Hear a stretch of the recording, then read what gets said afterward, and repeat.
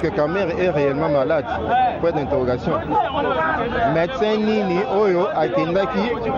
Oyo a traité, puis a déclaré que Kamere avait la maladie telle.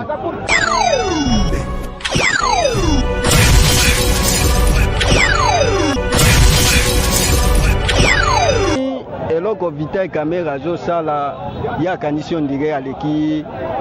peyo nyonso tuna mayele sur le kito Congo télévision et tolingaka bino mingi bino ba sabona bino ba botala kaba émission na biso o to memelaka bino ya mokolo na mokolo to pesi bino matondi mingi parce que boza la fidélité na chaîne na biso et puis to ko trahir bino te to ko décevoir pe bino ata mokolo moko te. Merci beaucoup na ba oyo nyonso balingaka le kito Congo TV et na bandi bongo na ndeko na notre partenaire officiel monsieur Félix Fumu oyo a soutenir le Kito Congo télévision et de loin na musika déjà le Kito Congo Simba Minayo. Bonne guérison na président René Tchasouma oyo azomona na te na ba télévision na biso différentes pour na kopesa biso ba information c'est avec une cause il y a maladie des osalake à monanate. Merci aussi à toute l'équipe technique à l'Okito Congo télévision. J'pente ma fils du roi et sénateur Lutete Loboko Trépied et double fonction élémentaire par excellence. Mbote nangai na ndeko Norette Makusa Emmanuel Touji et président Guy Maenda agir ensemble balobi France Belgique et le repamba bientôt à Kinshasa dans quelques jours parce que décembre et ça je pense dans 2 ou 3 jours à côté de décembre ce qui n'a bonne sanité. Bon séjour à Kinshasa ma sœur Rachel Moubana et na Israël Luyeye Motema le couple erré voilà toza na motuna moko tozotuna na population bayanola au lieu biso to pesa biyano o tozo kanisa que demande ou encore quelle est la vie de la population congolaise par rapport il y a demande il y a liberté provisoire au bazo senga pona ndeko Vital Kamerhe na kati ya prison babimisa ye azwa ba soin soki abiki ozonga la prison et toyoka bandeko baroloba nini ebongo tozongela bino to banzi déjà kosala analyse na biso po toyoka makanisi ya bandeko tamba awa azali prisonnier awa azali condamné awa soki 20 ans na ekoki ndako mi libéré bakosakana na biso te po balibere Kamerhe akende mboka bapaya kozwa soin. Frank Diongo abela te bio mindonga labela te yo mona Frank Diongo azokende kosamba bazozongisa mai te edika pene abela te mama koma baya kozwa biso nation mobimba baventrier basala biso baventure mpona kobimisa Kamerhe ministre ya justice atika baventure kutinu abela eloko akoyebisa message fort ya relancer la vice ministre na sa justice atika baventure atika Kamerhe aza na prison so Kamerhe aza na position kobima akota ba recours na ye cour constitutionnelle na so cour de cassation et libérer Kamerhe azala innocent mais biso peuple congolais tebika ke Kamerhe aza voleur ayiba mbongo na biso na ya bakoko na biso. Merci beaucoup papa loko bakse pona makametali Kamerhe bon na ligne na tia ministre oyo vice ministre a témoin tika biloko to sala parce que au moins Vital Kamerhe soki lelo ba meki ko sala erreur bazui Vital Kamerhe abimi soit disant akene ko soin na poto mama tanga koma na poto mbanga ko koma na ngo bozo idete Kamerhe azoluka tio abimela ministre tika loko to sala na mettre batunoso en garde na makametali Vital Kamerhe bon mekate Kamerhe azoluka ne akima mama makambo yozo ko santé o azobele za makambo lukuta aluka ne abima Kamerhe azoluka ne abima po akima et puis soka abimi akimi bokoyoka makiele la kocha libanda kuna bokoyoka soteke Kamerhe kako lobaki wa ninga kufa yona azolu tala akota manga ko sakana te azoluka ne akima bon mekate Kamerhe azobela te kaka lelo mama bato ba umela na ba prison wana babela te bato ba umela kuna toyoka te ko kingana ninga sala boy kaka yo Kamerhe kaka lelo mama combien de mois ça na prison est-ce que t'as 5 mois ikoki hein mais nga zoka moi makama Kamerhe et puis tozoyo kaba futi nyonso na bimisaka mwandambo omoni Vital Kamerhe omoni immeuble bato tonga na victoire immeuble moko bato tonga na victoire wana bana victoire makaba solo bana yiba bayi makaba lo eza Vital Kamerhe oui immeuble wana alors nazo yebisa ba ba magistrat ya mboka na biso ba juge no se mboka oyo parti béton immeuble wana botala ngo bien eza Vitali Kamere o ba tongo na victoire biso tozana ba preuve po bato bateka na victoire bayebi bamonaka Amida yaka wana na immeuble wana na butu ayaka na moite na butu donc au monde va fanti na éviter comment justice alandela ki immeuble wana te eza Vitali Kamere ndeko toyoki opesi biso nouvelle misusu eza par rapport boza ba combattant IDPS to ozolo ba pena tant que congolais osali l'investigation na yo comprendre pena que eza Vitali Kamere. Merci beaucoup maman moni biso to bana nzambe parce que bosa na teke parti azamo na nzambe biso bana IDPS to bana nzambe to yeba na biso te to utaka soki na bosa te na stade martyr to utaka na stade martyr je crois o fati amemaka apesaka mboka na mboka nzambe to zonga oyebike to komaka na victoire to kuti lisolo wana na bato batekaka na victoire ba betango lokolo bayebaki biso ke to uti stade martyr bayebaki biso ke to saba na IDPS ne babenga biso abio bino boza ba combattant biso lobi to saba combattant mais Kamere sombi awa azotonga awa bino boyebi yango tendeni to lobi me bande ko boka lisolo abi boro bozo monoyo ya Vitali Kamere et puis nenge izo mata rapide maman eza solo ya Vitali Kamere po nenge bano mata boro wana na tamukie immeuble izo mata lokola na film na tuni bato bere balobi oui eza Vitali Kamere Amida yaka awa chaque jour na butu donc eza Vitali Kamere yango na meki ko yebisa ba juge nyonso ya mboka ba magistrat bato nyonso bozolandela dossier ya Vitali Kamere immeuble wana eza Vitali Kamere meki ko lo bato olobi po ko mekezelo musu ko lo bapezelo bakende ba vérifier bakende parce que ngai na tuna bato nyonso bateka na victoire ba lobi ko omoni bato bateka wana mama na ba chargeur na victoire wana ba yeba masole bele to ni yaka bato wana te o ba sege ko ni yeba ngote ba yebi ba information ebele tango ba pesi biso angoke boroyo ya Vitali Kamere asomi yango na programme ya 100 jours boro wana somona o siko mama siko biso to koboya ngondeni ndena yebisi sikoyo ba juge nyonso ba magistrat nyonso ya mboka na biso même IGF IGF na biso o azosala banquette tala boro wana tala immeuble wana batonga na victoire avant koma so uti na rond-point victoire o ya net na commune ya Kalamu avant koma na Kalamu bor moko eza wana immeuble batonga na droite boy eza Vitali Kamere asomi yango na mbonga 100 jours donc merci beaucoup il faut l'état à saisir yango pe merci oui nazoloba o Vitali Kamere abela te na prison aza spécial prisonnier te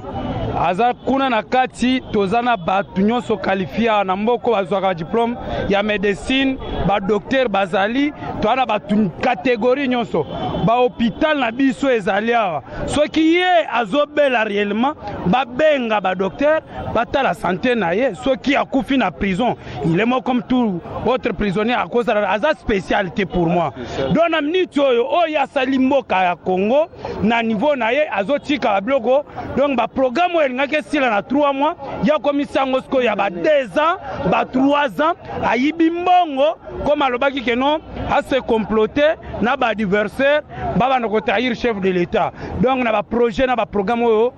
président zalaki nango Kamere ya spécialité madame Kamere santé na ye soki oza maladi liwa eza maboko ya Nzambe bomoyi eza maboko ya Nzambe ndenge olamuki na tongo ba kozwa transport wa komanda kute bomoni kilambo ekomeli yo eza volonté Nzambe akufa abika nze etali kutu biso ba congolais te a moyibi akufi na liwa na ya ki moyibi mwaya koloba eza te biso tuko toyebisa nde ministre Keba na mboko oyo tobangaka lisusu mutu te ou bien na mboko oyo tolinga kosala neti mutu moboye azwa akende kozwa fonction na yamo na lokola nde population biso atilize biso te mbongo bayiba eza mbongo ya pale na bino te mbongo bayiba ya mama na bino te mbongo bayiba eza peuple congolais ba congolais toleka na caméra toyebiso yo ministre Keba donc ko se comploter te na Kamere nulle part dans le monde moyibi batikala ko transférer take ko zo à l'étranger azalaka te. Il faut vendre nde awa toana ba hôpital to ba na HJ ba cinquantenaire to ba hôpital to ba docteur qualifié bazo wana ba kozwaye en soin donc ba pese santé mais ya subir kuluna akokufaka toujours na kuluna soit chauffeur yeba ke okufa pe liwa ki accident soit politicien okufa pe liwa politique soit soda okufa liwa lisasi ya bangata moyibi akufa liwa na ye asakana na congolais te et comité oyo to komina baner o monitor to zaki bana mike to akobanga bakonzi e o mona onani so yo tuninga onani nga bandimbango melelo si tu me demandes crypte et tu me connais na webso na yebi yote d'après to sala ni théâtre ni balo betaka te na oyeba yo pona intérêt nini na mnito na mboko oyo kongola komi matire mboka na biso ta bosa na mutu moko ya nyongo ba congolais c'est qui c'est Fachi Béton yenda zala nyongo ndenga vandwana okolingola te balobaki papa lobaki le peuple d'abord nde nyongo atambola nango alinga nda récupérer so tambino bozo pona ko étouffer na bino na biso to bien na ba congolais surtout adversaire congolais bino bozo yeba adversaire wazo étouffer Congo boyeba yeyo na Kongo aza Kabila mutu mususu asangani na Fayulu na Mozito na Mwilanya na Shadari asangani na bango basali clique na bango na mbongo bango ne bandoki ya RDC donc Congolais yebelango yeba déjà adversaire na yo présence na volonté gratuité enseignement ezali bato bazo étouffer makambo ya etuma azabo yebi très bien oyo aza mbongo nde azwa mabele asomba lupangu te akoma na ba azo s'étouffer na ministre éducation na onyo zo tozo bazo étouffer Congo botimbela adversaire na bino boyeba ye po beta bien il faut yeba adversaire na yo ya na zo pesa bino problème. Merci beaucoup na corriger question moko poser qui s'il vous plaît au moni IDPS ezali parti de masse IDPS ezali parti à peuple congolais to bundisa Mobutu pendant 32 ans lelo sokozo yeba ke ba congolais belé ba kufi pona IDPS ezali te ndambu ya bato oyo moni polo baké tozo débattre makambo ya caméra po tozali bato IDPS non IDPS ezali parti de masse yango mona défendre par rapport à question na yo. Non, monsieur Simon, il y a plus de chef de l'État. Donc, on a un discours au Saki Simi sur le Baki. Congolais, debout Congolais. Congolais, début Congolais. Ils sont tout à debout. Donc, c'est le discours, on est comme ça. Congo, la crise. Donc, le discours, comme ça, Congo, la crise. Ils sont tout peuple congolais, tu as debout. Donc, le discours, on est comme ça, Congo, la crise. On est comme Imalanzé là. Ils sont encore peuple congolais, tu construis la naïe dans cela. Tu salis organisé, tu salis déjà. Donc, l'esprit déjà sali, l'esprit déjà on est balancé là, ils sont encore tu construis dans cela. Merci beaucoup. Papa Otobakistanini na o etali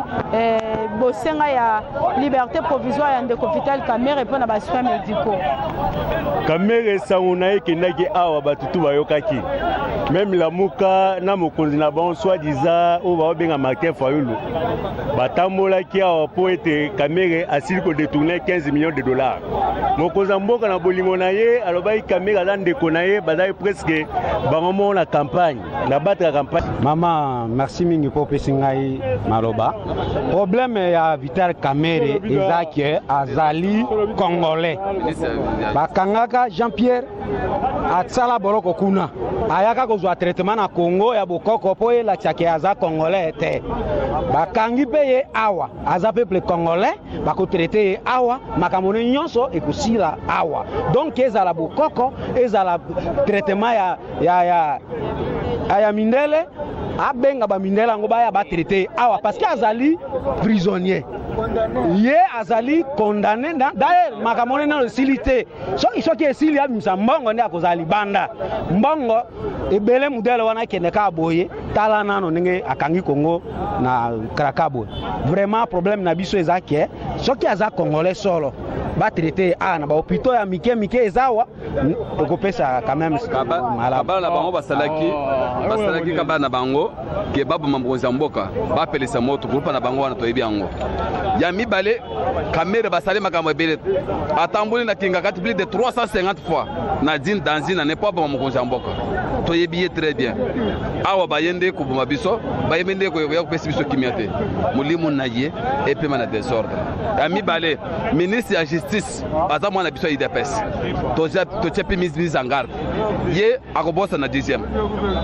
lokola biso totie place wana abokomi kotango na corruption toza na état de droit toboyi corruption ye akomi kotango na corruption tozolongola ye tolo ya kobema te totie mise en garde kobakisa nini na oyo etali bosenga ya liberté provisoire ya ndeko Vital Kamerhe mpo na basoins médicaux. Kamerhe sango na ye ekendaki awa batutu bayokaki même lamuka na mokonzi na bango soi-disant oyo baobenga Martin Fayulu batambolaki awa mpo ete Kamerhe asili kodetourne 15 millions de dollars. Mokonzi ya mboka na bolingo na ye alobaki Kamerhe aza ndeko na ye bazali presque bango moko na campagne. toki kete balingi batinde na mikila poto bake traité so akena mbongo nini kana mbongo na biso ayibaki biso wana o tokangeli totie na boloko ne alinyaki lisu na yango kuna bafutele billet ake kuna bakezwa traitement kuna awa na mboka na biso toza na ba docteur ya ndenge nyonso toza na ba hôpital ya minene o bako traité Kamerhe awa toboyi Vital Kamerhe akende kuna il faut ba traiter awa soki aobika bikeli awa so akufa kufeli awa alors moyibi ata mwana bilo mibale soit bomoi soit liwa ye akangaki biso po aboma biso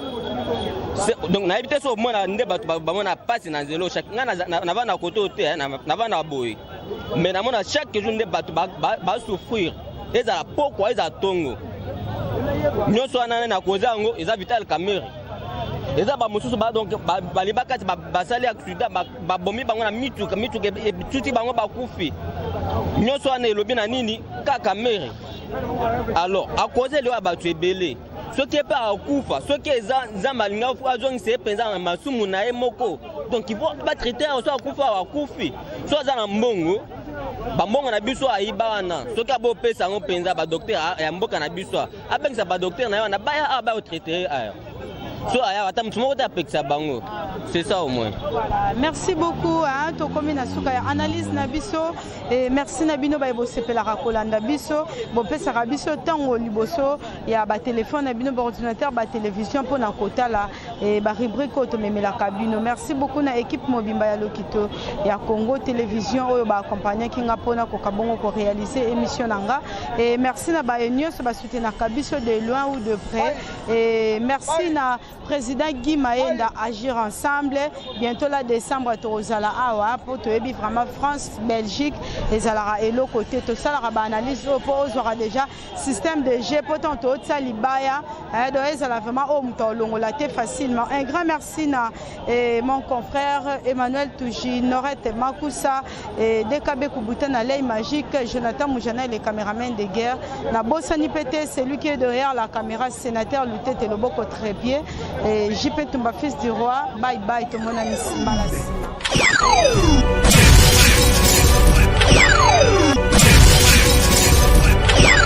que Kamerhe est réellement malade. Point d'interrogation.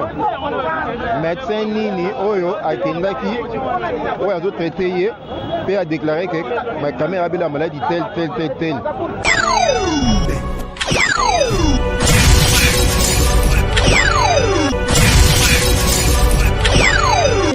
eloko Vital Kamerhe azosala ya condition dire aleki peyo nyonso tu na mayele